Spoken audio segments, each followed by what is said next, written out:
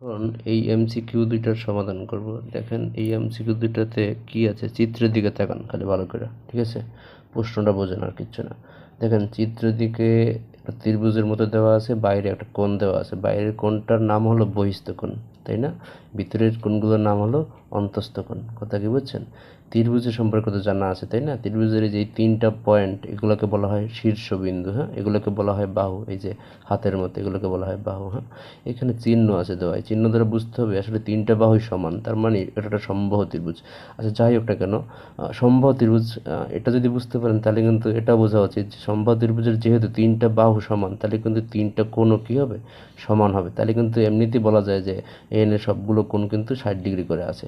কিন্তু এটা তো আর আমার প্রশ্নের উত্তর না। আমার প্রশ্নের মানে চাইছে, হ্যাঁ রাইট, আমি এই দুই কোণ জানতে পারলেই আমার হচ্ছে উত্তরটা হয়ে যায়। কিউ পি আর কোণ বলতে বোঝানো হয়েছে এই কোণটা, আর পি কিউ আর কোণ বলতে আসলে এই কোণটাকে বোঝানো হয়েছে। তো যদি এটাও 60 ডিগ্রি হয় আর এটাও 60 ডিগ্রি হয়, তাহলে কিন্তু আমার টোটাল মিলে কিন্তু 120 ডিগ্রি হয়। উত্তরটা কত হয়? 120 ডিগ্রি, ঠিক আছে? এছাড়াও আরও একটা কথা কিন্তু আমরা জানি, সেটা কি? সেটা হচ্ছে এই যে বহিস্থ কোণ।